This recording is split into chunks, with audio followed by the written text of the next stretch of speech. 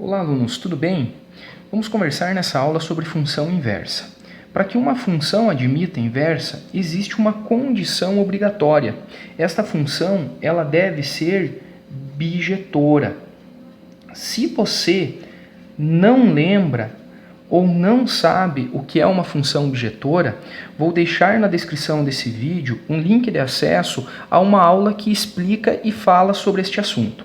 Para você que já sabe ou já viu essa aula, você pode de repente me perguntar o seguinte: professor, mas por que a função tem que ser bijetora para ela admitir uma inversa? Bom, vamos analisar pelo diagrama.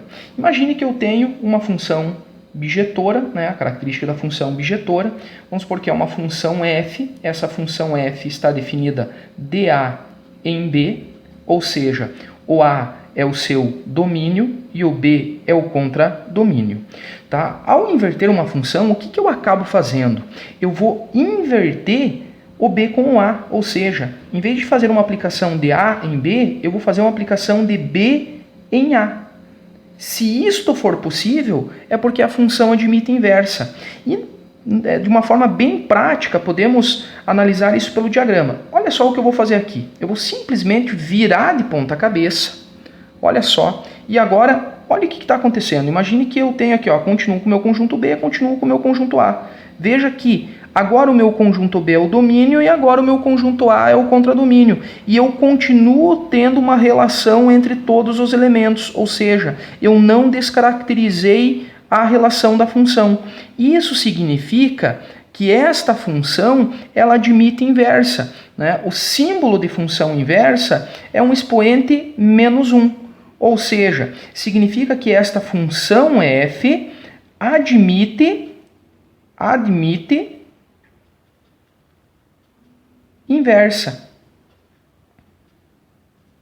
Agora, olha só o que acontece nesse exemplo aqui ao lado. Imagine que eu tenho, sei lá, uma função g, né, de C em D. Olha só o que eu vou fazer. Será que eu consigo inverter sem descaracterizar a relação de função? Será que eu consigo fazer uma aplicação de D em C? Vamos virar aqui para dar uma olhadinha.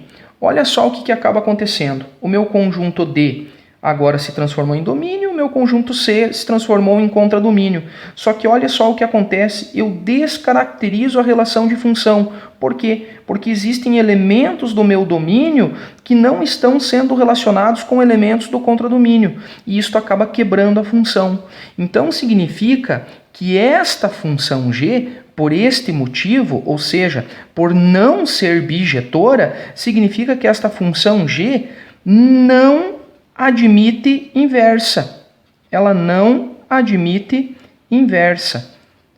Conclusão, né? Então significa que para que uma função bijetora admita inversa, a gente deve fazer o quê? A gente vai trocar domínio, olha só, domínio por contradomínio. Contradomínio. E vice-versa. Matematicamente, como que isto vai ficar? Vamos ver esse exemplo aqui a seguir. Dada a função bijetora f de x igual a 2x mais 1, obtenha a sua inversa. Né? Bom, então eu tenho a função f de x, que vamos representar por y igual a 2x mais 1. Existe uma regrinha muito prática para fazer essa troca de domínio por contradomínio. Olha só o que eu vou fazer. Eu vou reescrever essa função trocando. No lugar do y vou colocar x e no lugar do x vou colocar y. Olha só como vai ficar. X igual a 2y mais 1. E vou isolar este y que eu troquei. Este 1 que está somando vai passar subtraindo.